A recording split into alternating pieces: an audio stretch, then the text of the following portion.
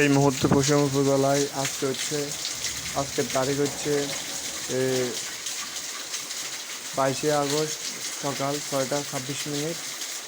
এই সময়েই দেখা যাচ্ছে যে পশ্চিম উপজেলায় প্রায় অস্বাভাবিক বন্যা, এরকম পরিস্থিতি আমরা জীবনে কখনো দেখি নাই।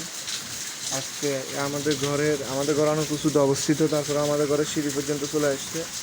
আর অপরদিকে যেসব ঘর নিচু, তাদের মনে হয় না আর বাড়িঘর বাকি আছে, সব চাল পর্যন্ত পানি উঠে গেছে।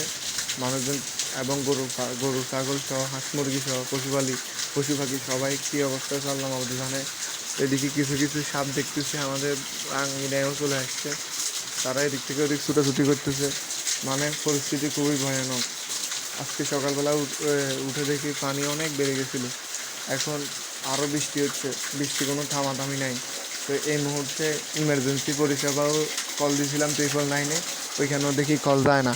মানে পরিস্থিতি আসলে খুবই ভয়ানক, একেবারে দুর্যোগের চরম দুর্যোগ। এটা প্লাবন হয়ে গেছে এদিকে। ওই যে সাদামার মাথার ওইটাও পর্যন্ত উপরে ফ্লোর পর্যন্ত পানি উঠে গেছে, অনেক উঁচুতে অবস্থিত।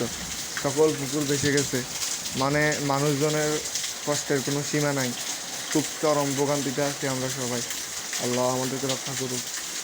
সরকারের কাছে সাথে যোগাযোগ করার মতো কোনো উপায়ও নাই। 999-এ কল দিচ্ছে, এখানে নেটওয়ার্ক না থাকার কারণে যাচ্ছে না। মানে একটা ভয়ঙ্কর অবস্থা।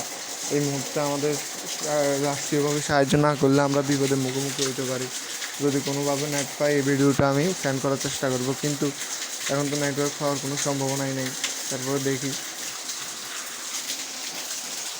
খুবই ভয়ঙ্কর অবস্থা, খুবই এখানে সব কিছু বসে গেছে।